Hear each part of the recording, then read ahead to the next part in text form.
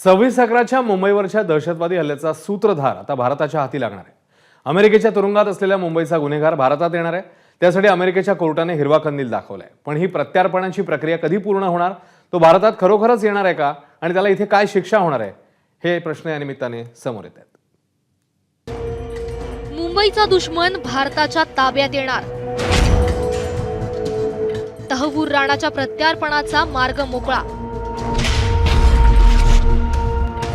अमेरिकेच्या सुप्रीम कोर्टाची परवानगी।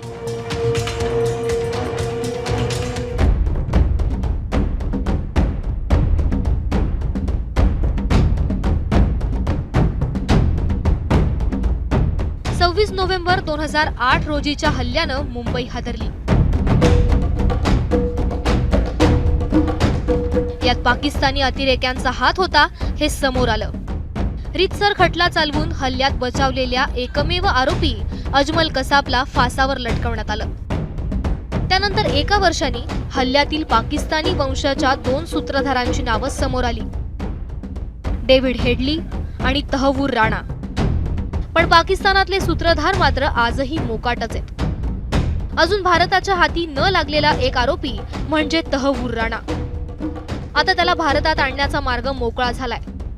राणाला भारताकडे हस्तांतर करण्याला अमेरिकेच्या सुप्रीम कोर्टानं मंजुरी दिली आहे। भारतासाठी हे मोठं यश असल्याचं मानलं जात आहे। हाफिज सईद आणि झकीर रहमानची 26/11च्या हल्ल्यानंतर झालेली अटक ही जनतेच्या मनात धूळफेक करण्याकरता होती, हे डेव्हिड हेडलीच्या पुराव्यावरून स्पष्ट होतं।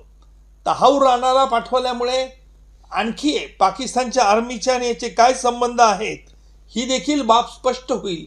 कारण तहव्वूर राणा हा देखील पाकिस्तानच्या आर्मीमध्ये डॉक्टर होता आणि त्याला ही बाब सगळी माहिती होती, असा स्पष्ट खुलासा अंदाज देखील काढता येतो। आणि त्याच्यामुळे तहव्वूर राणाचं प्रत्यार्पण हे भारताच्या दृष्टिकोनातून फार महत्त्वाचं ठरेल। तहव्वूर राणा नेमका कोण आहे ते पाहूयात। मुंबई हल्ल्याचा सूत्रधार डेव्हिड हेडलीला तहव्वूर राणानं मदत केली होती। हल्ल्यासाठी रेकी करण्यासाठी राणा पत्नीसोबत मुंबईतही येऊन गेला होता। राणानं तयार केलेल्या ब्लूप्रिंटनुसारच हल्ल्याचा कट तडीस नेण्यात आला। मुंबई हल्ल्याच्या 1 वर्षानंतर शिकागोत FBI कडून तहव्वूर राणाला अटक करण्यात आली। 15 वर्षांपूर्वी शिकागोमध्ये तो ट्रॅव्हल एजन्सी चालवायचा।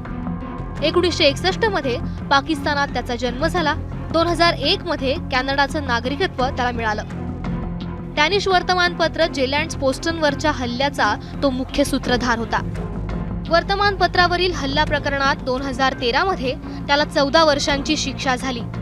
पण मुंबई हल्ल्याप्रकरणी अमेरिकन कोर्टाकडून त्याची निर्दोष मुक्तता झाली। अटकेनंतर तहव्वूर राणा यानेच कबूल केलं आहे की लष्कर-ए तोयबा नावाची एक दहशतवादी संघटना आहे आणि या संघटनेच्या माध्यमातून हेडली हा पाकिस्तानात प्रशिक्षणासाठी देखील गेला होता। त्याचबरोबर लष्कर-ए तोयबाच्या सांगण्यावरून हेडली हा भारतात आला होता आणि विविध ठिकाणी पाळत ठेवण्याच्या सूचना देखील त्याला दिल्या होत्या। राणाच्या सांगण्यावरून एका संबंधित व्यक्तीकडनं त्याची कागदपत्र बनवण्यात आली होती।